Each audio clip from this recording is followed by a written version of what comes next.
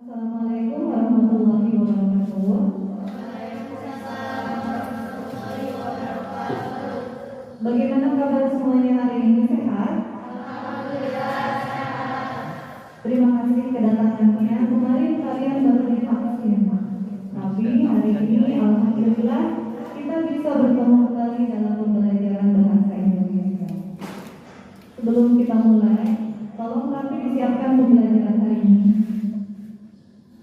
Siap, berdoa, dimulai.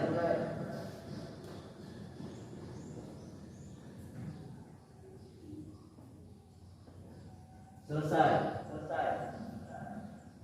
Ya, terima kasih Rafi. Hari ini kita ada di pertemuan kedua untuk membahas teks tanggapan. Nah, sebelum dimulai kita akan permainan dulu ya. Jika saya ngantuk, maka saya akan membelinya.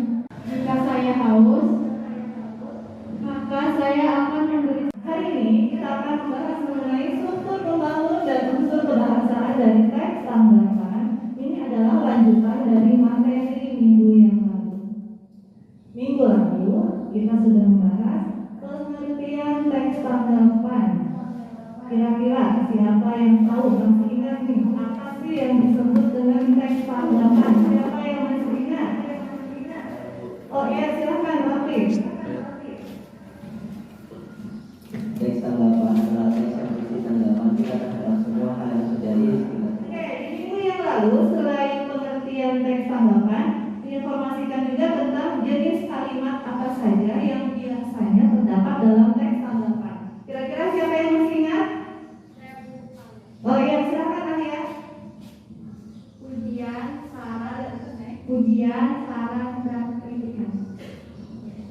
Terima kasih, betul ciri khasnya ya. Ada kalimat pujian, ada kritikan, ada apa lagi tadi? Saran, bisa juga alasan. Dengan membahas teks tanggapan, seperti minggu lalu sudah sampaikan, daya kritis kalian akan dilatih. Ya, apa yang diharapkan kalian peka dengan sekeliling. Ketika melihat sesuatu yang negatif, kalian ingin memperbaikinya. Lalu yang ketiga, kalian bisa menuliskan saran, masukan dengan bahasa yang santun, sehingga tanggapan kita adalah tanggapan yang membangun. Hari ini tujuan pembelajaran kita adalah kalian akan memahami, menemukan, menuliskan hingga menjelaskan 3 unsur dari teks tanggapan. Kemudian kalian diharapkan bisa menemukan 2 unsur kebahasaan yang menjadi ciri dari teks tanggapan. Hari ini kita akan mencoba mempelajari teks tanggapan dengan teknik pembawahan kelas Think, Pair, and Set atau TPS. Yang kita akan mencoba. Nanti di awal kalian akan yang pertama berpikir secara individual atau think. Itu akan mengajukan masalah. Kemudian kalian akan mencoba secara mandiri mencari pemecahan masalah tersebut. Yang kedua, apa yang kedua? Pair atau berpasangan. Nah, ini sudah bentuknya sudah 2 ya. Kelompok 1, kelompok 2, 3, 4, dan 5. Nah, setelah kalian berpikir secara individual, maka kalian akan mendiskusikan. Apa tujuannya? Agar mendapatkan sebuah jawaban bersama.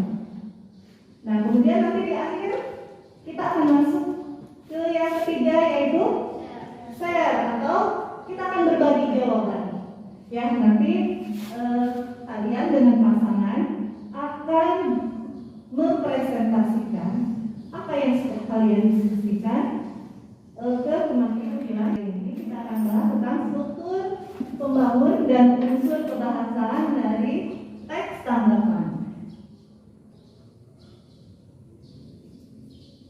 Kompetensi dasar yang diinginkan dicapai oleh kalian hari ini adalah kalian dapat menelaah struktur dan kebahasaan dari teks tanggapan.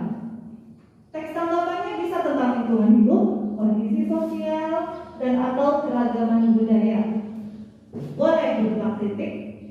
bisa juga sanggahan atau pujian baik yang didengar dan atau dibaca. Tujuan pembelajaran kita melalui pembelajaran berbasis masalah itu akan memberikan sebuah masalah pada kalian. Kita akan mencoba mengelola kelas dengan CPS. Tadi sudah dijelaskan ya. Kemudian apa lagi? Kemudian teknik keterampilan membaca intensif kita akan coba. Lalu nanti ada teknik menyemak dengar tulis. Dengan semua teknik dan metode itu, apa yang diharapkan? Yang diharapkan kalian dapat memahami, menemukan, menjelaskan 3 unsur dan menemukan 2 unsur kebahasaan dengan tepat. Nah, selama pembelajaran nanti ibu akan menilai apa yang dinilai. Yang pertama sikap berani kalian, berani mengungkapkan pendapat. Yang kedua adalah jujur. Ya, kalian ungkapkan apa yang kalian rasakan dari teks yang nanti diberikan. Kemudian sikap disiplin dan sikap tanggung jawab. Jadi selama nanti kalian berkelompok, poin-poin itu akan diberikan penilaian. Kita membahas tentang struktur teks tanggapan. Yang pertama adalah konteks. Konteks biasanya berada di awal. Ya. Kemudian apa kata kuncinya? Dalam konteks kita biasanya mencari apa yang ditanggapi. Apa yang ditanggapi oleh penulis dalam teks tersebut. Kemudian yang kedua, di mana menanggapinya? Kapan? Lalu di konteks juga diceritakan tentang peristiwa apa yang terjadi. Nah, struktur yang kedua adalah deskripsi. Di situ sudah dituliskan apa kata kuncinya. Di dalamnya diceritakan apa dan bagaimana sesuatu itu terrealisasi atau apa yang dihasilkan. Nanti kita akan lihat contohnya. Misalkan rokok, apa yang dihasilkan dari rokok. Yang ketiga adalah penilaian. Nah, di penilaian ini sebagai akhir dari teks tanggapan dituliskan tentang apa yang dipikirkan oleh penulis tentang sesuatu yang sedang dijelaskan tersebut. Nah, hari ini kita akan bahas tentang ciri dari unsur kebahasaan teks tanggapan. Di dalamnya biasanya terdapat ungkapan persetujuan, bisa juga ungkapan penolakan, bisa juga ungkapan yang bertujuan ungkapan sudut pandang. Yang keempat ada tanggapan yang menggambarkan simpulan dari data orang lain. Ingat ya, dalam teks tanggapan harus ada fakta. Yang harus ada data. Nah, ini adalah kalimat. Data yang disajikan menunjukkan bahwa jadi ketika kita ingin buat teks tanggapan, kita harus tahu tentang apa yang akan kita tanggapi. Kita bisa mencari di internet, bisa juga kita meneliti langsung ke tempatnya. Ya, selanjutnya adalah gaya bahasa. Nah, ini penting. Kenapa? Dengan gaya bahasa kita bisa memberikan masukan orang lain dengan tidak menyinggung. Biasanya dalam teks tanggapan ada kata bilangan. Ya, supaya apa? Urutan informasinya jelas. Pertama, kedua, ketiga, selanjutnya, berikutnya, dan sebagainya. Setelah ini kalian akan mencari masalah. Apa masalahnya? Kalian akan diminta untuk ibu untuk menemukan, menuliskan, kemudian nanti menjelaskan apa yang diminta, yaitu 3 struktur dari teks tanggapan, lalu 2 unsur kebahasaan. Sudah disimpan di meja masing-masing. Ya, ini ada teksnya. Di meja masing-masing ada 4 teks yang berbeda. Ya, ada tentang penggunaan dalam sekali pakai, ada tentang rokok, kemudian kesadaran pabrik, lalu ada tentang olahraga. Nah, jadi masing-masing kelompok diberikan judul yang berbeda. Lalu nanti kita akan kerja mandiri. Apa kerja mandiri? Yang pertama dari setiap kelompok adalah satu siswa mencari tentang struktur dari teks tanggapan. Masuk struktur yang manakah? Yang kedua, lalu apa buktinya? Apa yang diceritakan? Maka dia bisa dikatakan misalkan konteks, deskripsi, diskusi atau penilaian.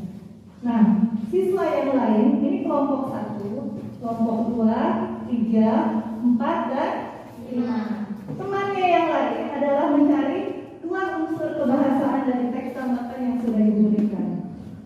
Ya. Nah, di pertama ini kita akan mencoba menerapkan keterampilan berbahasa membaca intensif. Ya, teks yang sudah Ibu berikan bisa dipinjam teksnya. Nah, kelompok 5 tentang dampak merokok bagi pelajar. Ya, nah ini dibaca secara intensif, secara cermat, sambil mencari informasi. Tadi saya tugasnya mencari struktur, berarti saya mencari bagian 1. Di sini Ibu tidak tulis ya, hanya ada bagian 1 di bawahnya ada 1 paragraf, bagian 2 di bawahnya ada 3 paragraf, bagian 3 di bawahnya ada 1 paragraf. Nah, kalian menuliskan bagian 1 itu termasuk apa ya? Ada kolomnya yang sudah diberikan di kolom ini. Ya, di kolom ini. Lalu, apa kalimat yang membuktikan kalau misalkan kalian tulis bagian 1 konteks? Apa kalimat pembuktiannya? Ya, itu kalian temukan sambil membaca secara cermat atau disebut dengan membaca intensif. Kemudian siswa yang kedua tugasnya mencari unsur kebahasaan. Sudah dibagi, ini bagian apa nih? Unsur kebahasaan. Nanti yang sebelahnya tentang struktur. Oke, silakan kalau sudah temu dituliskan ke sini ya, dituliskan struktur. Berarti ada 3 kolom ya, kan mencarinya 3 yang ini tentang struktur. Silakan yang sudah langsung ditulis. Kalau sudah dapat informasinya langsung ditulis. Ditulis kalimat ini ya di sini. Kemudian kalau ini paragraf 1 lagi memakai apa? Konteks, berarti diceklis konteksnya. Ditulis di sini penjelasan kalimat pembuktian. Sudah paham? Ini tugasnya apa?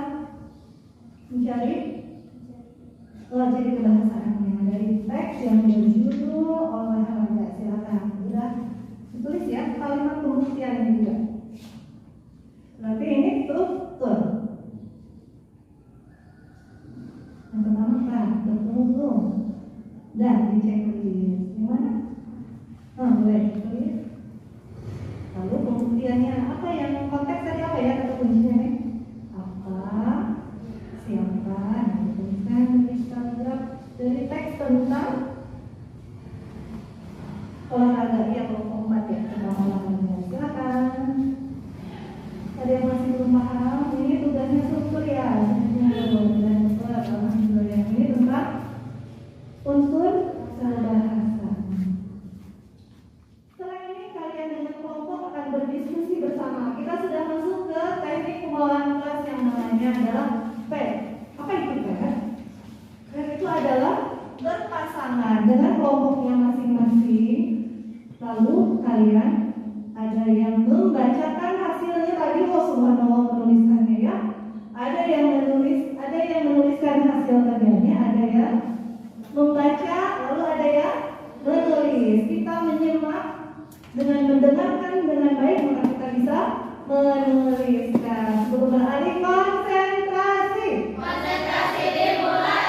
Siap masuk kegiatan selanjutnya? Siap. Ya, sekarang silakan dengan teman kelompok 1 orang sebagai pembaca, pembicara, membacakan hasil yang tadi sudah dituliskan. Lalu teman yang lain menyimak sambil menuliskan.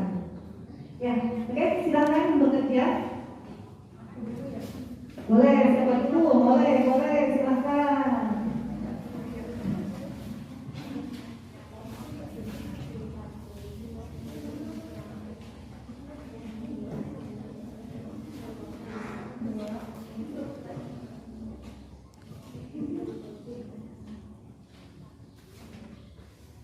Silakan, siapa yang mau jadi pembicara dulu? Sambil menuliskan. Boleh, ini dulu.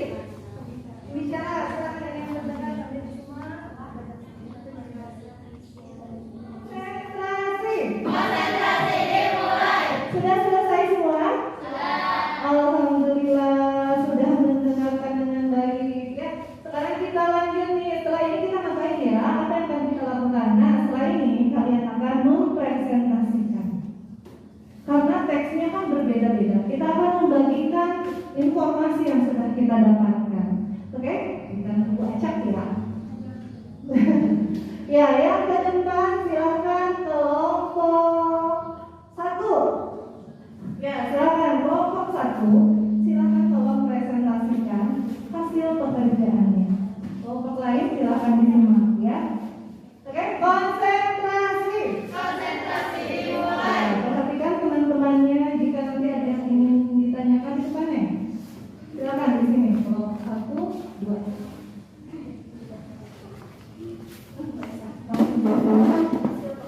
Ya, hasil pekerjaannya saja ya yang dibacakan. Mana tadi hasil pekerjaannya? Ya, silakan ya. Jangan terlalu dekat. Ya, silakan. Bagian 1 adalah bagian konteks. Karena di dalam teks tersebut terdapat informasi penggunaan galau sekali pakai. Siapa yang menggunakan galau sekali pakai? Manusia. Penjelasan isi atau informasi. Dengan menggunakan galau sekali pakai merupakan sebuah tindakan yang tidak memperdulikan efek dan dampaknya bagi lingkungan, yaitu menyebabkan peningkatan sampah plastik. Bagian 2 adalah struktur teks deskripsi. Karena dituliskan mengenai apa yang dihasilkan dari penggunaan galau sekali pakai, yaitu beredarnya galau sekali pakai yang akan sangat berpengaruh buruk bagi lingkungan kita, tempat kita tinggal sekarang. Bagian 3 adalah struktur teks tanggapan pada bagian penilaian. Karena pada paragraf tersebut dituliskan mengenai apa yang penulis sikapi dari efek positif dan negatif dalam nada tersebut. Harapan penulis agar pemerintah dapat mempertimbangkan kembali kebijakan mereka untuk peredaran galau sekali pakai ini dan mengoptimalkan upaya penggunaan produk-produk yang merupakan hasil daur ulang sehingga dapat mengurangi adanya limbah-limbah plastik dan juga terjadinya pencemaran lingkungan. 2 ciri kebahasaan yang saya dapatkan dari teks tersebut adalah ungkapan tanggapan yang menggambarkan simpulan dari data orang lain, yaitu dilansir dari NASA, tercatat suhu permukaan rata-rata bumi telah meningkat sekitar 2,05 derajat Fahrenheit, 1,14 derajat Celcius sejak akhir abad ke-14. Ungkapan persetujuan dan tentunya dengan beredarnya galau sekali pakai yang akan sangat berpengaruh bagi lingkungan kita, tempat kita tinggal sekarang. Ya, itu tadi ya, Ibu sudah tampilkan. Tadi teks yang dibahas oleh kelompok 1 adalah penggunaan galon sekali pakai. Ada 3 struktur ya, Neng? Apa saja tadi? Konteks, Deskripsi, penilaian. unsur kebahasaannya dapat 2. 1. Ungkapan tanggapan dan ungkapan persetujuan. Oke, ada yang ingin ditanyakan yang lain? Sudah cukup? Oke, baik ya. Baik tidak ini penampilannya? Baik, alhamdulillah. Ya, kita berikan tepuk tangan. Silakan kembali ke posisi masing-masing. Ya, alhamdulillah jelas ya pemaparannya. Makanya tadi waktu bekerja kelompoknya semangat, ternyata pembuktiannya panjang dan sangat jelas. Oke, satu kelompok lagi. Kelompok 5. Ya, silakan kelompok 5 ke depan. Kelompok 5 tentang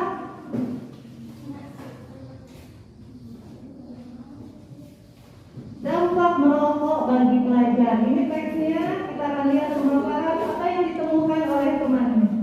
Bagian 1 adalah bagian konteks. Karena di dalam teks tersebut terdapat informasi apa yang dibahas teks tanggapan tersebut, yaitu penggunaan rokok. Siapa yang menggunakan rokok, yaitu manusia. Penjelasan isi atau informasi. Rokok adalah salah satu hal yang menjadi faktor terganggunya kesehatan pada manusia. Bagian 2 adalah struktur teks deskripsi. Karena dituliskan mengenai apa dampak rokok bagi manusia, dalam hal ini remaja, yaitu merokok lebih banyak dampak negatifnya dibanding dengan dampak positif, seperti menyebabkan prestasi menurun karena siswa akan tidak fokus pada pelajaran. Bau menyengat yang ditimbulkan oleh rokok juga menyebabkan orang lain merasa risih. Zat kimia yang dikandung oleh rokok juga menyebabkan hancurnya organ-organ tubuh. Zat kimia yang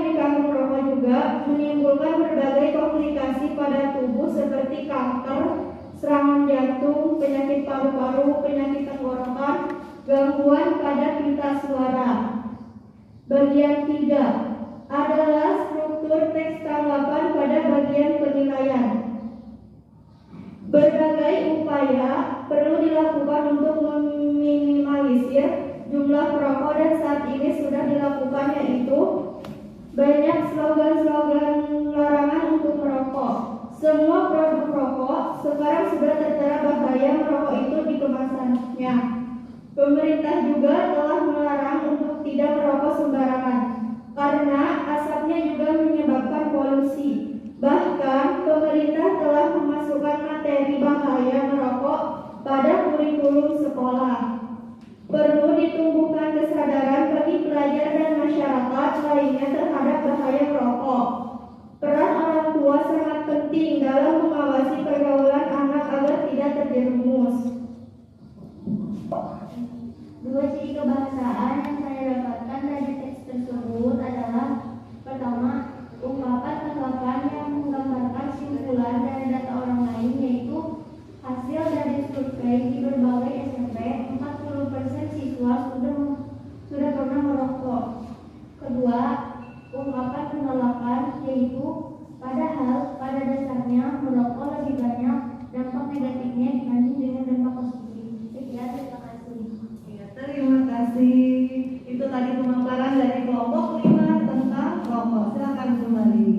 Ya, sudah itu tadi ya. Kita sudah bersama-sama. Nanti hasil pekerjaannya tadi sudah dituliskan ya di LKPD. Nanti dikumpulkan akan dinilai. 2 kelompok mewakili 1 kelas. Semuanya hebat. 91.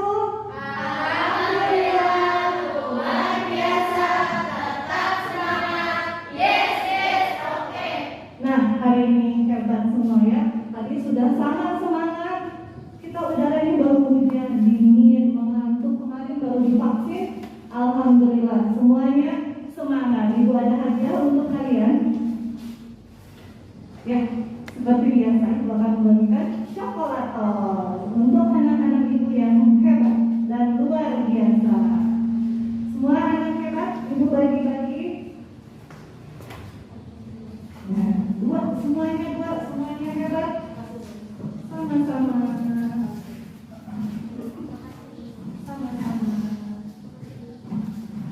Makasih ya. Sama-sama nih. Terima kasih hari ini sudah hebat, sudah semangat, sudah inspire hari ini. Alhamdulillah. Iya. Oke. Itu tadi pembelajaran kita hari ini. Kita sudah membahas bersama-sama. Nah, sebelum ditutup, ibu ingin ada yang mewakili temannya untuk memberikan refleksi kesimpulan tentang pembelajaran kita hari ini. Siapa yang bisa? Ya, nanti yang disebutkan apa yang dipelajari, lalu apa yang disukai oleh penulis, kemudian apa yang belum paham. Ya, oke, itu refleksi. Silakan. Kesimpulannya, hari ini kita sudah mempelajari struktur dan unsur kebahasaan teks tanggapan. Saya suka pembelajaran hari ini karena suasana pembelajarannya menyenangkan. Tetapi saya kurang paham bagaimana cara untuk menuliskan tanggapan ke dalam bentuk teks tanggapan. Oke, iya, terima kasih Eli. Sudah digambarkan oleh Eli hari ini kita sudah mempelajari tentang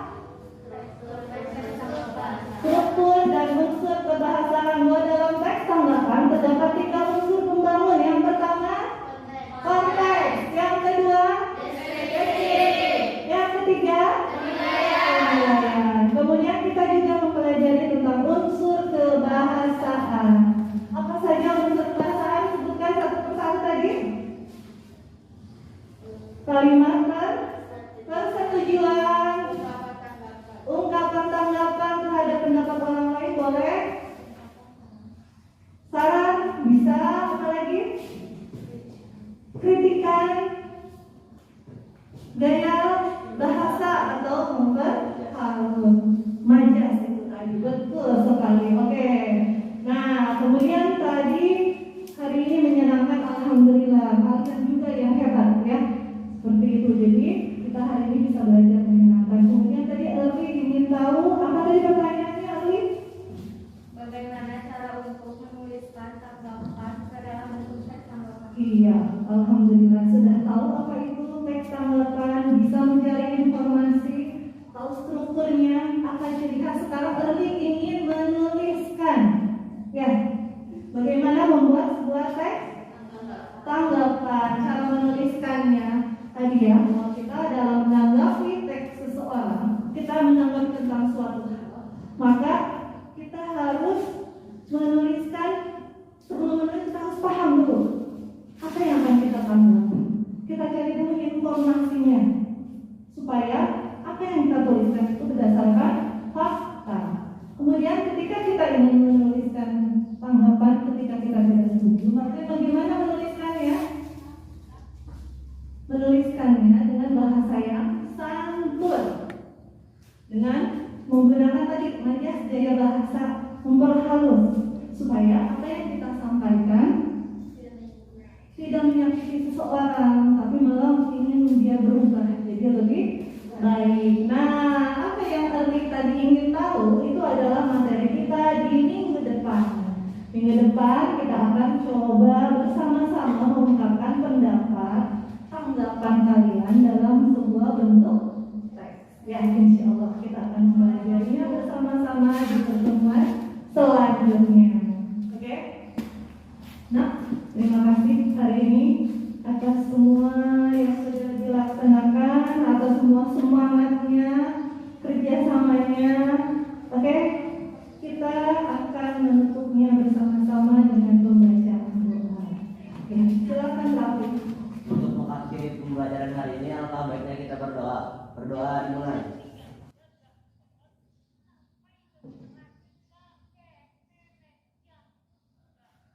Selesai.